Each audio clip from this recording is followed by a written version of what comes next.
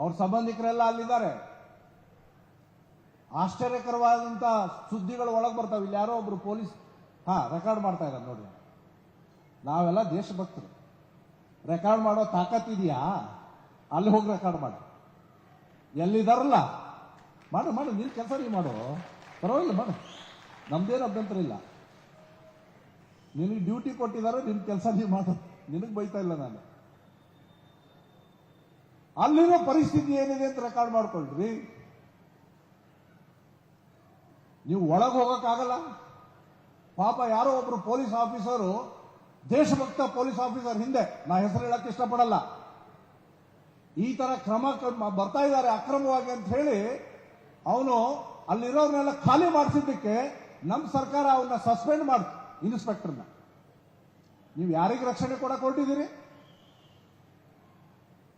ನಾವು ಹೋಗಿ ಈ ಎಲ್ಲ ಮಾಹಿತಿಗಳನ್ನ ನಿಮ್ಮ ಸಹಾಯಕ್ಕೆ ಕೊಡ್ತೀವಿ. ನಾನು ಯಾಕೆ ಓದಿದೆ ಈ ಪಟ್ಟಿ?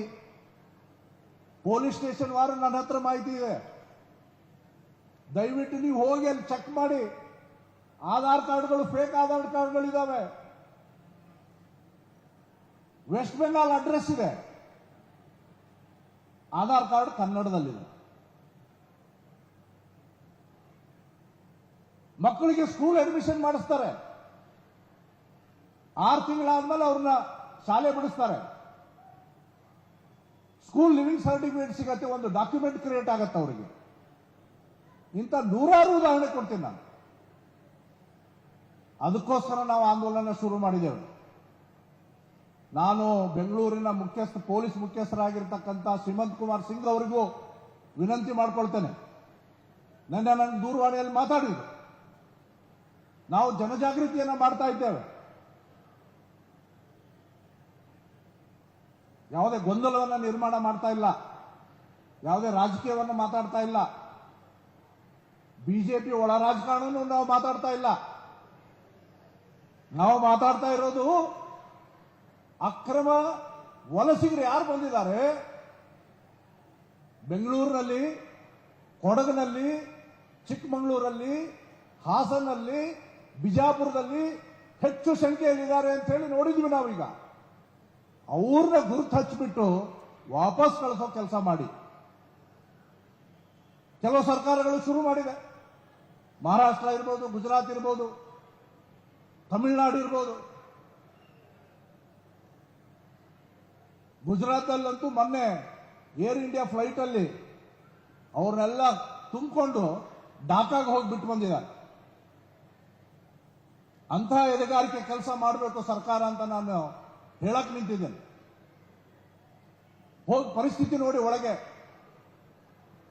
ಯಾವ ರೀತಿ ಅನ್ಹೈಜಿನಿಕ್ ಕಂಡೀಷನ್ ಅನ್ನು ಅವ್ರು ಕ್ರಿಯೇಟ್ ಮಾಡ್ತಾ ಇದ್ದಾರೆ ಇಡೀ ಕ್ಷೇತ್ರದಲ್ಲಿ. ಎಲ್ಲಿ ವಾಸ ಇದ್ದಾರೋ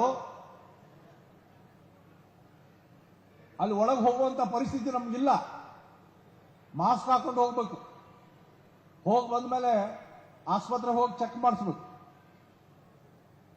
ಹಂಗ ಅವ್ರದ್ದು ವಾತಾವರಣ ಇಲ್ಲದೆ ಇದ್ರೆ ಅವ್ರ ನಿದ್ದೆನೆ ಬರಲ್ಲ ಅವ್ರಿಗೆ. ಅಂತ ಪರಿಸ್ಥಿತಿಯನ್ನು ಇಟ್ಕೊಂಡಿದ್ದಾರೆ ಈ ಎಲ್ಲ ಜಾಗಗಳಲ್ಲಿ.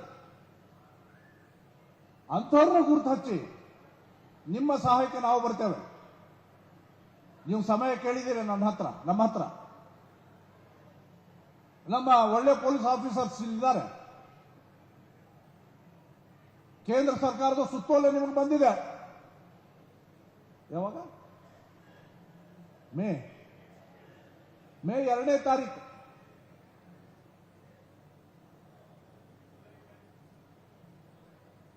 SOP ಇಶ್ಯೂ ಮಾಡಿದ್ದಾರೆ. ರಾಜ್ಯ ಸರ್ಕಾರ ಒಂದು ರಿವ್ಯೂ ಮೀಟಿಂಗ್ ಮಾಡಿಲ್ಲ.